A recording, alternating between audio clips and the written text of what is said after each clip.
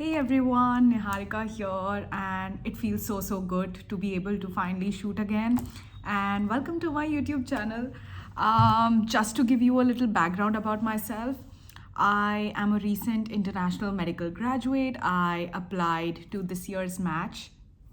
To give you a real time update, I am finally working on my rank order list, and this is what I dreamt about. I don't know how many years back, but it's a bit stressful time, but not as stressful as my US clinical electives or my application and everything.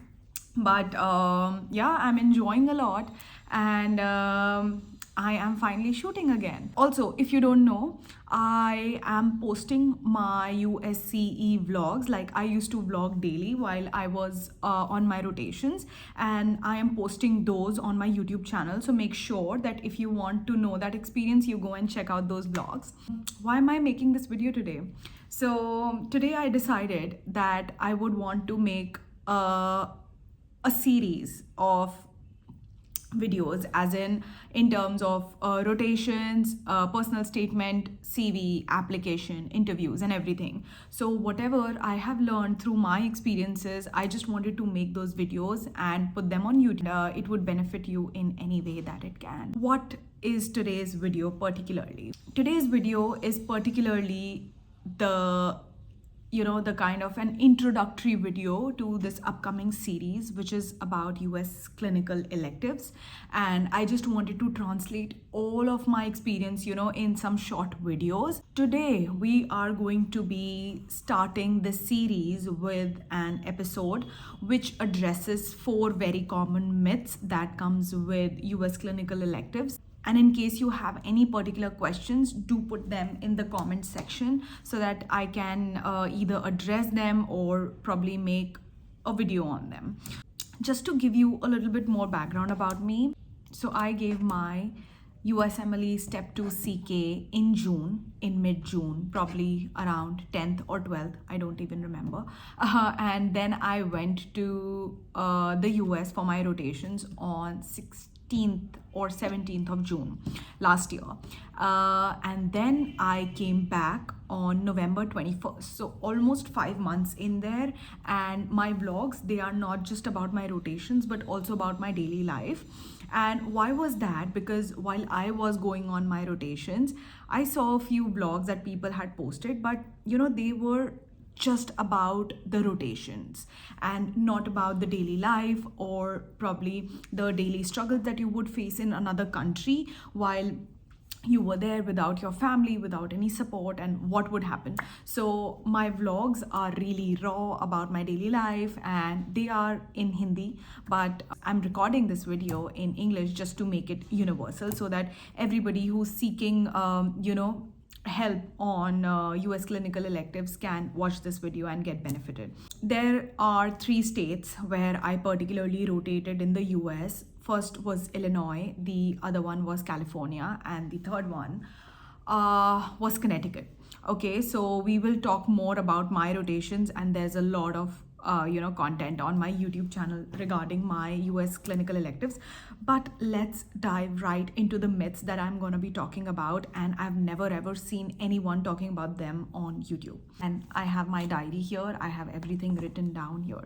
Starting with the first myth that I struggled with a lot is that you would just want to do electives at big name places like Cleveland Clinic, Mount Sinai, Howard, Weill Cornell. So to explain that point more, if somebody would have told me while I was in my final year or my internship and would have told me that, Niharika, look, don't apply for these electives, then I wouldn't have believed them. I would have applied either way, and you should do that too. Why? Because while I was an intern or maybe in my final year, and at that time I was looking for electives and I was very confident that I would get one. Why? Because I had a tourist visa already, even before COVID.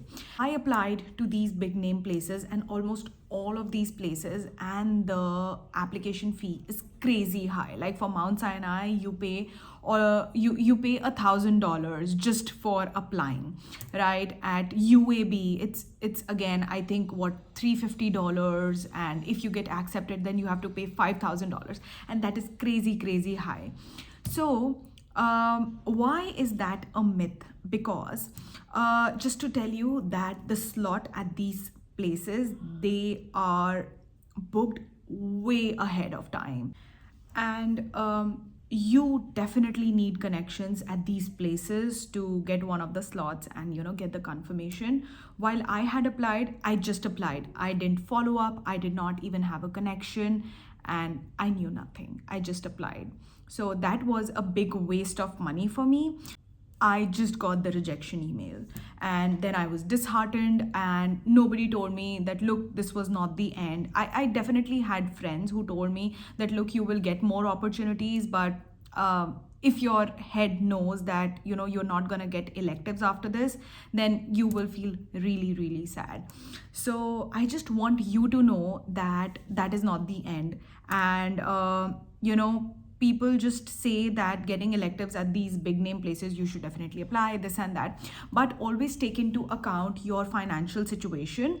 Definitely, if I were at that place, and if I had my today's self communicating this thing to my 2 year back self, then I would tell myself to not apply, because I did not have any connection. If you're applying to these places, make sure you have a connection and you follow up regularly. Either you have a senior who's a resident at that program, or probably somebody, or because at these places, what happens is that you particularly need a sponsor, and sponsor does not mean a financial sponsor, but somebody who can be a preceptor, as in the person who is going to take you through the rotation, right? So you need someone. So either you have to cold email a lot, or I don't know, there are so many things to do. So I think that consumes you a lot, especially while you are preparing for your step exams. Don't think that it is the end if you don't get an elective at these big name places. The second myth is that you only get hands-on experience during your medical school years. No, that is not true. You even get hands-on experience even after you have graduated. There is one thing that I would want to communicate in this video, is that this whole USMLE journey, that's not conventional at all. Like, there is no manual to getting matched. You can do the most unconventional things and get matched, and you can do the most conventional things and not get matched. Just keep that in mind, that you can even get hands-on experiences, because we tend to relate hands-on experiences with electives in our head. No, that is not true. You can even get hands-on experience after you graduate. It depends on your preceptor, it depends on your rotation. And look, nobody's gonna ask you if you did an elective or whatever is mentioned in your letter matters. If your letter mentions that, look, it was a hands-on experience, then it becomes a hands-on experience. But I would say that you always stay authentic to the process. Just write hands-on only if you did something hands-on. If it was an observership, just write observership, right? Because lying is like the biggest mistake in this whole journey. With the letter, we come on to the third myth, which is that people always feel that the letterhead is what matters. For example, I have seen people who are offering you letters for some $100, like $200, $300, and they are gonna give you a letter on the letterhead of some big hospital, right? Like Mount Sinai. I've seen people in New York giving Mount Sinai letterhead letters, or I don't know what. But just to let you know that the matter in the letter matters way more than the letterhead, right? Whatever is in the letterhead, that matters a lot, and not just the letterhead. Definitely, if you've rotated at Cleveland Clinic, Mount Sinai, or the big name places which offers electives, that's really good. But if you have a letterhead of a big name place and they have written shit in the letter, and that's very generalized, and so it does not matter. It will not be counted as a good letter. So make sure that the content of the letter is good. The fourth myth, which is that if you don't get electives like the conventional way, like you have applied to big name places and you don't get it, then only paid electives or electives through agencies are the only way. No, that's not the only way. You can get electives without any agencies. They are not paid, and they might not be at a big name place, but I just want to tell you that there is no manual to match. You can do all the unconventional things and still get matched. So there are still a lot of opportunities which are available, which are not through agencies. And I feel that people do get scammed a lot because of these things, and you don't want to be in any unsafe, undesirable situation in another country. So we are going to be discussing those non-typical ways how you can get rotations at different places. But I would just say that if you ever get a choice between two hospitals that you're getting rotations at, always prefer a place which has a residency program already. I'm not saying that if you already have a rotation and it doesn't have a residency program, then you don't go for it. You definitely go for any opportunity that you have, any good opportunity. Like if it's not paid, the preceptor is really invested in your journey, they really want to help you, then definitely go for that opportunity. But make sure that you don't get scammed.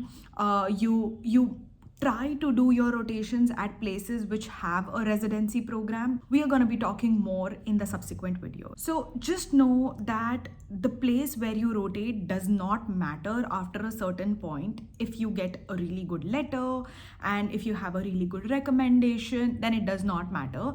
I personally wasted a lot of my time and energy regretting and being upset over the fact that, oh my god, I did not get an elective at any big name place. And then you open up YouTube and people they are putting up their vlogs in Cleveland Clinic, in Mount Sinai, and I'm like, oh my god, why did I not get an elective? But I don't want you to be upset over this little thing, because trust me, it is really very, very little when it comes to your long-term journey. So that's it about this video, and I hope you liked it. Let me know what all the things that I can include in the subsequent videos. If you have any particular questions, if you want me to make a particular video on a certain topic, and we will meet very, very soon.